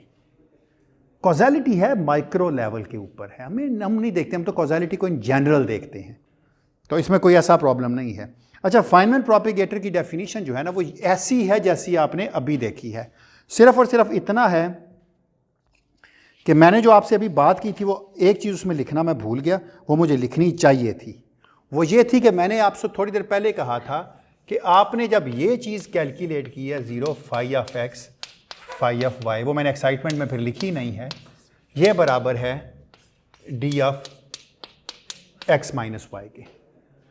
ये जो चीज़ आपने लिखी थी, अगर ये लिखते आपके एक चीज़ एक्स पे पैदा हुई और वाई पे देखी गई तो ये d of y minus x था। अगर मैं लेफ्ट हैंड साइड को सब्ट्रैक्ट कर देता तो क्या जवाब आता? 0 फाई ऑफ एक्स, कम्यूटेशन बन जाता ना, इनका कम्यूटेशन बन जाता ना, ऑर्डर उलट गया ना, टोपियां तो हैं, हमने लगाई नहीं ना इनको। This thing is equal to d of x minus y minus d of y minus x. और हमने क्या कहा था कि ये 0 के बराबर है, ऑर्डर नहीं किया जा सकता था, ये 0 था। बिल्कुल ठीक है। इसका मतलब स्पेस लाइक इवेंट्स में साइमल्टेनिटी है, you can measure them simultaneously, no problem. Simultaneously मुराद ये कि नहीं, ये माइनस तो यहाँ से है, दोनों को सब्ट्रैक्ट किया ना मैंने, उसमें प्लस आ जाता है, उसमें ऑर्डर बदल जाता है ना, दोनों का प्लस आ जाता है उसमें दोनों में, एक में e to the power minus iota k dot x minus y, exactly, दूसरे में आ जाता है e to the power iota k x minus y, उलट जाना, एक में प्लस ऑटोमेटिकली आप कर लेते हैं ना। इसमें आ जाएगा e to the power minus iota k dot y minus x, और ये उतनी ठीक है जितना ये है, ठीक है। तो हम इसलिए इस तरह करके लिख लेते होते हैं, कोई बात नहीं, दोनों का सेम साइन, ठीक है। देखें कोई फिक्र वाली बात नहीं है हमें इसमें। अच्छा, फाइनल प्रोपिगेटर ऐसे लिखा जाता है, आपको याद है आपने एक डेल्टा लिखा था हमने, डेल्टा वाले, जिसमें delta plus plus delta minus थी। सिर्फ और सिर्फ इतना काम आपको करना है कि मैं अब कॉम्प्लेक्स फील्ड के लिए लिखूंगा, और वो ये है कि delta f of x minus x prime, this thing is equal to, एक चीज सिर्फ लिख रहा हूं, zero, this time ordered product of phi of x, phi dagger of x prime. इसका मतलब यह है कि ये याद रखता है कौन सी चीज कहां पैदा हुई है। आप किसी चीज को ऑब्जर्व नहीं कर सकते जब तक वो पैदा नहीं हुआ, है ना, या आप किसी चीज को मार नहीं सकते जब तक वो एग्जिस्ट नहीं कर रहा था। क्या ख्याल है?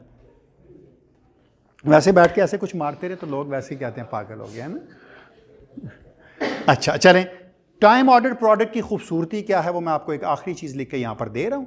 वो ये है कि टाइम ऑर्डर्ड अगर दो इवेंट्स हो ना, अगर order of the events matter करता है टाइम ऑर्डर्ड में, कि अगर ये चीज़ लिखी हुई है ना, time ordered of phi of, अच्छा ये सॉरी कम्यूटेशन नहीं था इनका, अगर ये लिखा हुआ time ordered of phi of x और phi dagger of x prime, तो ये बराबर है जी, इसकी दो पॉसिबिलिटीज़ है।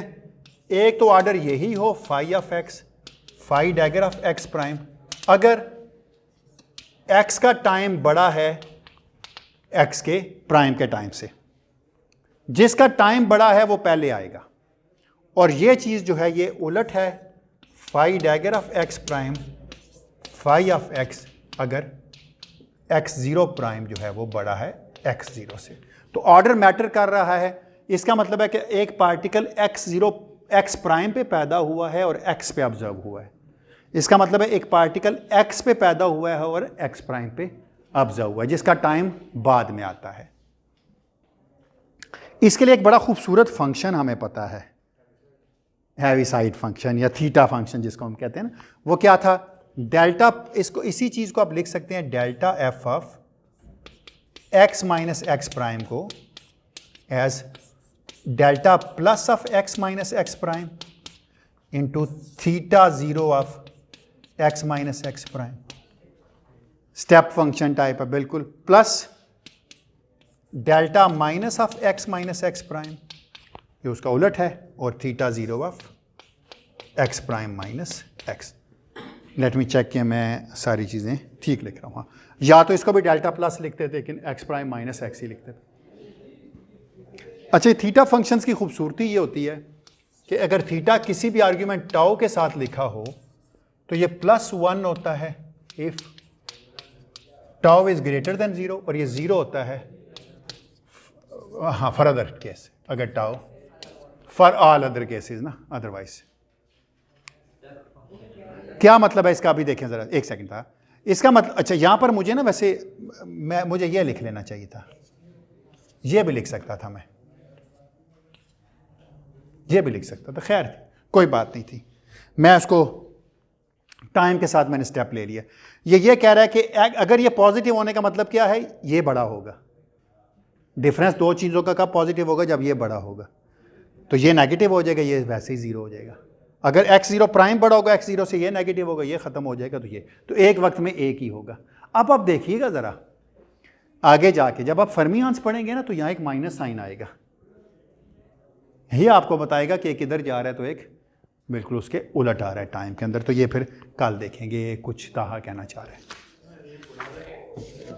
जब हम किसी भी इक्वेशन को सॉल्व करते हैं, ग्रीन फंक्शन निकालते हैं, तो हम मतलब कितने सारे डिफरेंट प्रोपेगेटर्स हैं, हम उसको फाइनल प्रोपेगेटर। फाइनल प्रोपेगेटर एक ऐसा प्रोपेगेटर टाइम ऑर्डर्ड है। बाकी किसी ग्रीन फंक्शन के प्रोपेगेटर में आप टाइम ऑर्डर नहीं डिफाइन करते, यहां टाइम पार्टिकल याद रखता है। इसलिए कि क्वांटम मैकेनिक्स में आप जितनी भी चीज़ें देखते थे वो इक्वल टाइम पे देख रहे होते थे, आपको प्रॉब्लम नहीं होता था, आपकी होमोजेनिटी इन टाइम होती थी, आप ले लेते थे। यहाँ पर नहीं है, यहाँ पर आपकी स्पेस टाइम बजाते खुद दो चीज़ें, डिफाइन करते हैं, मतलब एक तरफ से आ रही है कि हाँ ये प्रोपेगेटर है और ये हमने फाइनल प्रोपेगेटर एक टाइम ऑर्डर बना, एक बिल्कुल डिफरेंट आ रहा है कि हमने एक डिफरेंशियल इक्वेशन है और उसको हमने सॉल्व किया, उसका ग्रीन्स फंक्शन निकाला।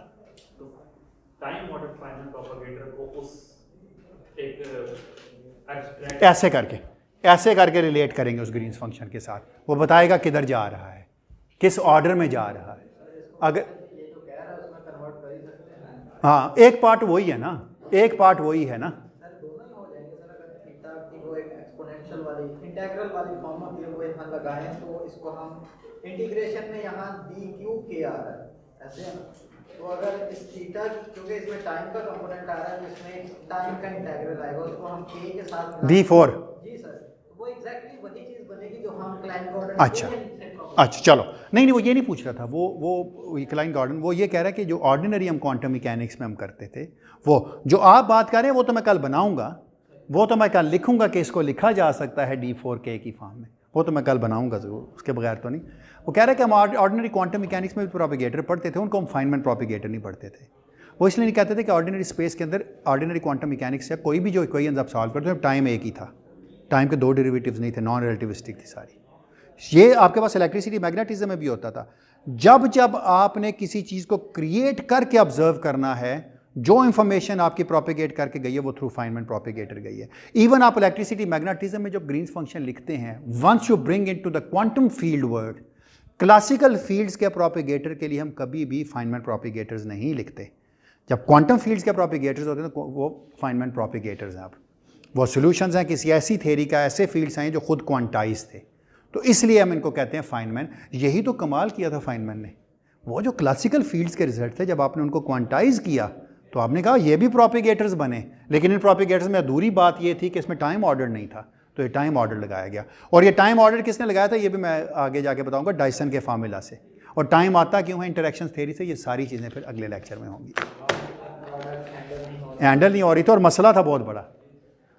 और शायद आपको पता हो फ्रीडमैन डायसन ने कभी पीएचडी की डिग्री नहीं ली थी, तो जो हमारे लोग समझते हैं ना मैंने डिग्री कर लूँगा तो मेरा फ़ायदा मुझे हो जाएगा, ये होगा। अगर डायसन बन जाए तो डिग्री नहीं चाहिए होती। अब ऐसे डिग्री लेके भी बंदा धक्का ही खाता है।